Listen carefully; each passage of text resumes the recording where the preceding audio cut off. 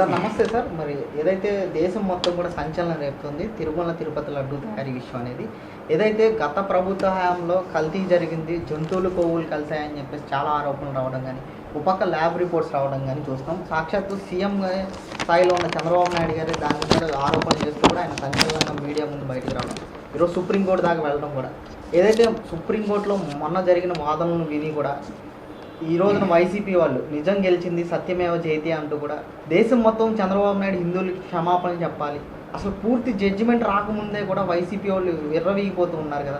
ఎలా అనిపిస్తుంది సార్? అసలు ఏంటి, సుప్రీంకోర్టు ఇచ్చిన జడ్జిమెంటా లేకపోతే అసలు ప్రభుత్వాన్ని ప్రశ్నించింది అనుకోవచ్చు అంటారా? అసలు పూర్తి వివరాలు ఇంకా తీసుకోవాల్సిన అవకాశం ఉందంటారా? ఏం చెప్తారు సార్, అసలు ఏం జరుగుతుంది? 50 మంది ప్రజానీకానికి నమస్కారం తెలియజేస్తున్నాను. నా పేరు పువ్వాడ వెంకటేశ్వర్లు, హైకోర్టు అడ్వకేట్.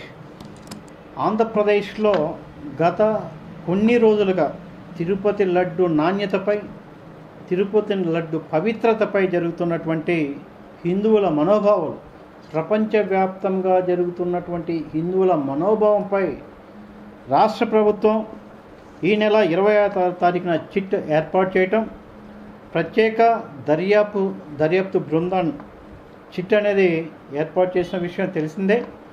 దీని మీద ఏపీ హైకోర్టులో అప్రోచ్ కావటం, దీని మీద ఇప్పటికే సుప్రీంకోర్టులో కూడా కేసులు వేయటం జరిగింది.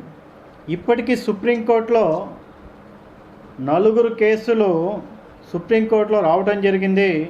4 కూడా దీని మీద హిందువుల మనోభావాలు దెబ్బతిన్నాయని, చంద్రబాబు నాయుడు గారు ముఖ్యమంత్రిగా ఉండి ప్రచార సాధనాలుగా ఇలా మాట్లాడడం కరెక్ట్ కాదని, నిజాలను వెలికి తీయమని స్వతంత్ర ప్రతిపత్తి ఉన్నటువంటి సంస్థను ఏర్పాటు చేయడం ద్వారా విచారణ చేయమని చెప్పి ఇప్పటికే బీజేపీ ఎక్స్ ఎంపీ గారు, ప్రముఖ న్యాయవాది సుబ్రహ్మణ్య స్వామి గారు, అలానే టీటీడీ బోర్డు మాజీ అధ్యక్షులు, ప్రస్తుత వైఎస్ఆర్సీపీ మంత్రి గారు వైవి సుబ్బారెడ్డి గారు, అలానే విక్రమ్ సంపత్ అనే ఒక భక్తులు, అలానే సుదర్శన్ టీవీ ఎడిటర్ అయినటువంటి సురేష్ గారు కూడా దీని మీద సుప్రీంకోర్టును ఆశ్రయించడం జరిగింది.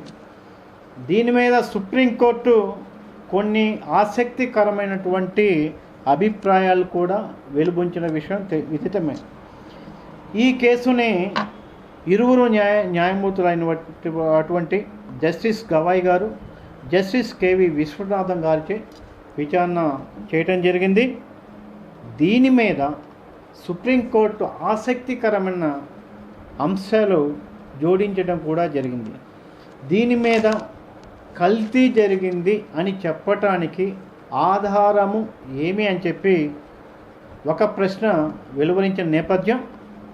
రెండోది, ముఖ్యమంత్రి సాక్షాత్తు బహిరంగంగా ముందుగా ప్రెస్ స్టేట్మెంట్ ఇవ్వటం ద్వారా దాని తరువాత దర్యాప్తు సంస్థ ఏర్పాటు చేయటం చిట్ అనేది, చిట్టు దర్యాప్తు సంస్థ మీద ప్రభావం ఉంటుందా లేదా స్వయం ప్రతిపత్తి ఉన్నటువంటి వేరే దర్యాప్తు సంస్థను ఏర్పాటు చేయాలా, చిట్టునే కొనసాగించాలా, దీని మీద మీ అభిప్రాయం చెప్పమని, కేంద్ర ప్రభుత్వ అభిప్రాయాన్ని చెప్పమని చెప్పి సోలిటర్ జనరల్ తుషారాం మొహితా గారిని సుప్రీంకోర్టు అడగడం జరిగింది.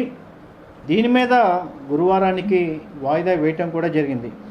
ఇలా సుప్రీంకోర్టు ఎక్కడ కూడా సిట్టు దర్యాప్తుని ఆపమని స్టే ఇవ్వటం కానీ, లేదా దీని మీద పూర్తి విచారణ కానీ, దీని మీద పూర్తి తుది తీర్పు కానీ రాలేదు, తుది తీర్పు కానీ వెలువరించలేదు.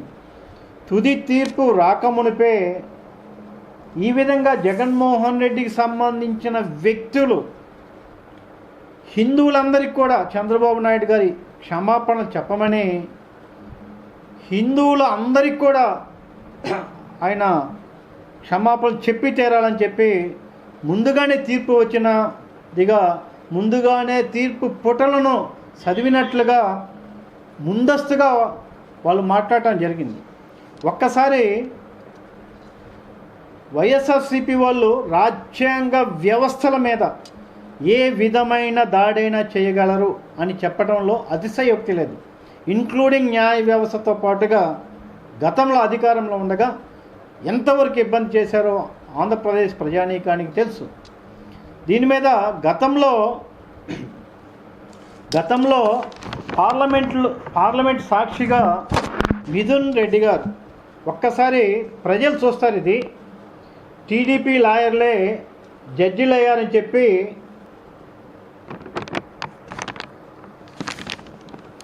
మిథున్ రెడ్డి గారు గతంలో భారత పార్లమెంటులో టీడీపీ లాయర్లే జడ్జిలయ్యారు, నిష్పాక్షిక తీర్పులు ఆశించలేం, కొలీజియం వ్యవస్థను పునఃపరిశీలించాలి, వైఎస్ఆర్సీపీ లోక్సభ నేత మిథున్ రెడ్డి గారు సిట్టు దర్యాప్తు స్టే ప్రస్తావన, పత్రికా ప్రకటనలు పేపర్లు చదవవద్దని ప్యానెల్ స్పీకర్ సూచన అని తెలుగుదేశం పార్టీ లాయర్లే జడ్జిలయ్యారని చెప్పి సాక్షాత్తు జడ్జిల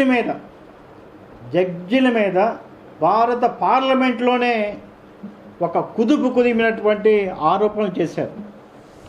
ఈరోజు ఎక్కడ కూడా తెలుగుదేశం పార్టీ అధినేత కానీ లేదా తెలుగుదేశం పార్టీ నాయకత్వం కానీ ఎప్పుడు కూడా ఒక మాట న్యాయస్థానాల మీద కించెత్తు మాట అనలేదు.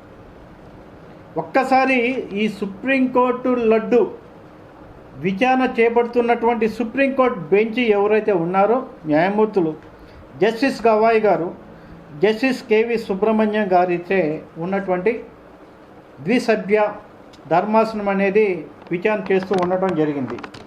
దీనిలో ఉన్నటువంటి ఇరువురు న్యాయమూర్తుల్లో కేవి విశ్వనాథం గారు 2011-2012 సంవత్సరంలో జగన్ తరపున జగన్ కేసులు వాదించిన న్యాయవాదిగా ఉన్నటువంటి వారు ఈరోజు సుప్రీంకోర్టులో ఉన్నారు. యాక్చువల్ మై నాలెడ్జ్ కన్సర్న్ అలాంటి పరిస్థితుల్లో కనుక వచ్చినట్లయితే ఆ న్యాయమూర్తి ఇలాంటి కేసుల్లో ఒక పార్టీ పరంగా అభియోగం ద్వారా వచ్చినటువంటి కేసులైతే నాట్ బిఫోర్ మీ అనాలి. వారి అనకపోయినా కనీసం తెలుగుదేశం పార్టీ శ్రేణులు ఎక్కడ కూడా ఒక జడ్జి గారి మీద కామెంట్ రాలేదు. ఇంకా విచారణ పూర్తి కాలేదు, వాయిదా అనేది వేయటం జరిగింది.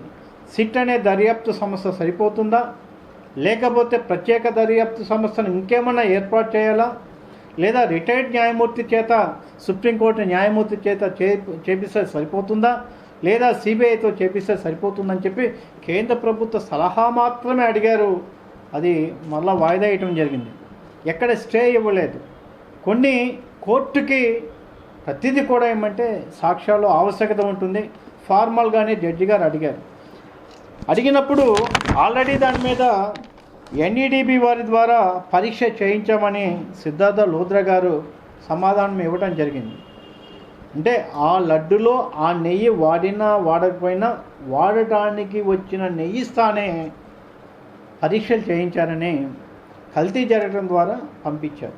అంటే అది కల్తీ, దాన్ని పరీక్షలు చేయించకపోతే లడ్డులో కలిపి ఉండేవాళ్ళు.